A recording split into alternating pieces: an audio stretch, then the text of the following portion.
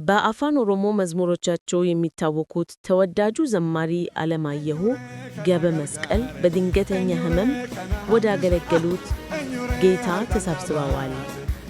በጉጂ ቦረና እና ጌደኦ አካባቢ ለረጅም ጊዜ ያገለገሉ አባት ነበሩ።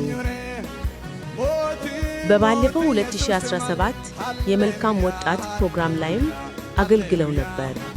ለቤተሰብ፣ ለወዳጅ ዘመድ፣ ለሚያገለግሉበት ቤተክርስቲያን ምዕመንና ለመላው የኦሮሚያና አካባቢው የወንጌል አማኞች መጽናናትን እንመኛለን።